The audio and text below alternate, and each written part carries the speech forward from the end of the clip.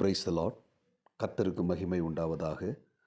இந்த நல்ல காலை வேளையில் கர்த்தருடைய வார்த்தை மூலமாய் உங்கள் யாவரையும் சந்திப்பதிலே நான் மிகுந்த மகிழ்ச்சி அடைகிறேன்.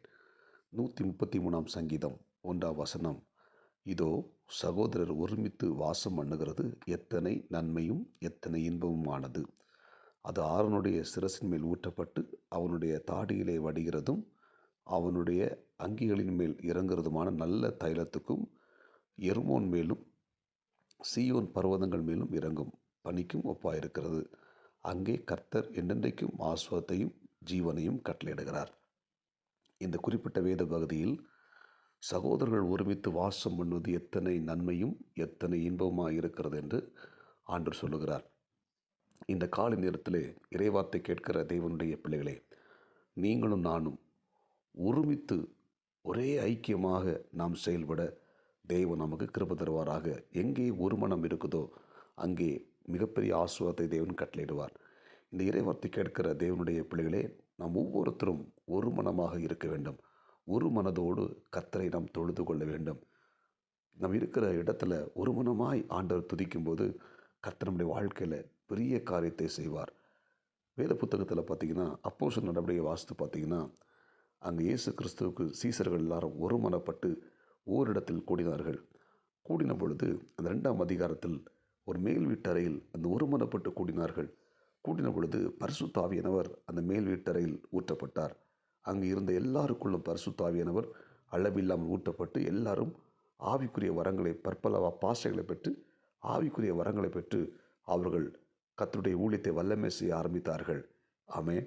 எனவே ஒரு மனம் ஏற்படும் போது அங்கு மிகப்பெரிய ஒரு ஆசீர்வாதமும் மேன்மை உண்டாகிறது.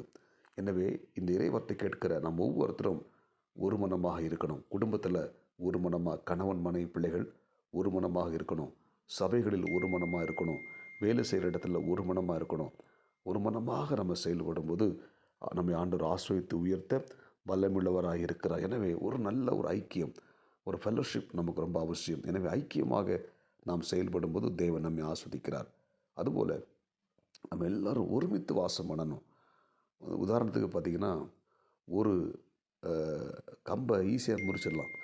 ஒரு 10 கம்பு சேர்ந்த கெட்டுகளை முறிக்கிறது கஷ்டம். அதே போல் தான் நம்ம தனியாக இருப்போம்னா சத்துரு நம்மளை சீக்கிரமாக வீழ்த்தி விடுவான்.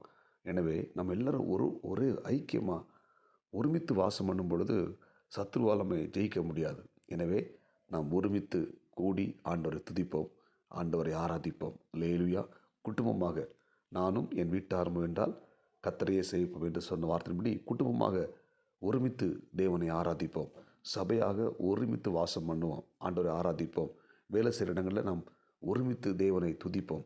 அப்படிப்பட்ட காரியங்கள் செய்யும்போது கர்த்தர் நம்முடைய வாழ்க்கையில் மிகப்பெரிய காரியத்தை செய்வாராக. எனவே நாம் எல்லாரும் இந்த இறைவார்த்தை கேட்கிற ஒவ்வொரு தேவனுடைய பிள்ளைகளும் நாம் ஒருமித்து ஒரு மனமாக ஒற்றுமையோடு கூட நாம் வாழ்வோம். தேவன் நம்மை ஆஸ்வதிப்பார். அந்த வசனத்தின் கடை சொல்லப்பட்டிருக்கிறது, அங்கே கர்த்தருக்கு என்னென்றைக்கும் ஆசீர்வாதத்தையும் ஜீவனையும் கட்டளையிடுகிறார். கர்த்தர் அந்த ஒருமித்து வாசம் பண்ணும்போது ஆசீர்வாதத்தையும் ஜீவனையும் ஆண்டவர் அங்கே என்ன செய்கிறார்? ஆசீர்வாதங்களையும் கட்டளையிடுகிறார். எனவே நாம் ஒருமித்து சந்தோஷத்தோடு கூட ஆண்டவரை ஆராதிப்போம். ஒரு மனதோடு ஒரு ஐக்கியமாக ஒருமித்து ஆண்டவர் துதிப்போம். அங்கே மிகப்பெரிய ஆசீர்வாதத்தையும் கிருபையும் தருவார். எனவே நம்ம எல்லாரும் இந்த இறைவார்த்தை கேட்கிற ஒவ்வொரு தேவனுடைய பிள்ளைகளும் நாம் குடும்பமாக ஒருமித்து தேவனை ஆராதிப்போம். கர்த்தர் நம்முடைய வாழ்க்கையில் பெரிய காரியம் செய்வாராக. ஆமேன். ஜெபிப்போமா? பரலோக தேவனே, இந்த காலையில் நாம் கேட்ட சத்தியத்தின்படி நாங்கள் ஒருமனப்பட்டு ஒருமித்து உம்மை துதிக்க, உம்மை தொழுது கொள்ள உதவி செய்கிறார். இந்த இறைவார்த்தை கேட்ட ஒவ்வொரு தேவனுடைய பிள்ளைகளும் கர்த்தர் ஆஸ்வதிங்க. இந்த நாளுக்குரிய கிருபை கொடுங்க. இயேசுவின் நாமத்தில் ஜெபிக்கிறோம் நல்ல பிதாவே. ஆமேன். God bless you. உங்களை யாவரும் கர்த்தர் ஆஸ்வதிப்பாராக. இந்த நாள் உங்களுக்கு இனிமையாய் அமையட்டும். ஆமேன்.